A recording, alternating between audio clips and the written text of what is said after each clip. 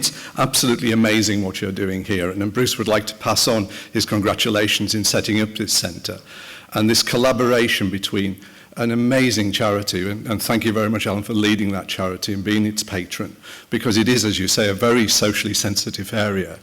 When you see people with either disfigurement that they're unfortunately born with, or with areas of damage through injury and trauma, and that's increasingly common, as Alan was saying, in this world of risk that we live in, and added risk by the behaviours that people have, it's very easy just to concentrate in practice on the problem in hand.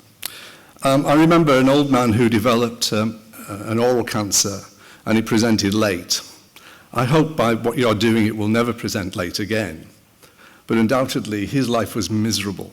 He required several episodes of surgery, radiotherapy, and he did not live a good death. And that stayed with me, because the one thing that happened to him that changed him most was the fact that he could not leave home without feeling embarrassed. The embarrassment was because he felt it was an eyesore and he didn't want other people to see it. And he felt embarrassed because it had an odour with it as well as a severe cancer. Now, those things are pretty rare these days. And it's important that whatever research you do, and I see that in the agenda today, you've got quite an emphasis on psychological well-being, but that we approach the well-being of that patient as well as the underlying illness or disfigurement that they've been born with. Now, I think we've got a great chance in the modern NHS of doing that. But I think international research that you will lead through this research centre is absolutely paramount in defining good clinical practice. I see you have a debate later on today, which I'm afraid I can't be at, where you compare clinical versus scientific research and which is the better for improving. They're both as good as each other. They complement each other. But the third part of that is our qualitative studies that looks at the experience of the patient and what happens to them during the process. My cousin recently was diagnosed with cancer of the tongue. She was 52. She'd never drunk a drop in her life, and she doesn't smoke. And I said, how did you get cancer of the tongue? So, of course, there are other agents, there's other variants. And what it again taught me was, do not discount things because it doesn't fit into a pattern. Believe patients when they say there is something wrong and investigate it properly and take it seriously.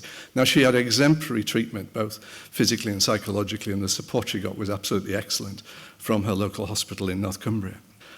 The third thing I'd like to just say is that I have a vested interest in you all doing this very well. My eldest daughter is an ENT surgeon. She's about 7 years into training at the moment. And I just think it's extraordinary what she comes home and tells me she does, because as a GP, I would never have done those things.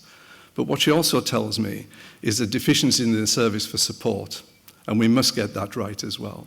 I hope you have a wonderful day today. I hope I've added some value to your day, and I'll take back to Sir Bruce the enthusiasm that I'm sure I'll sense in the room as you go through the day. Thank you very much.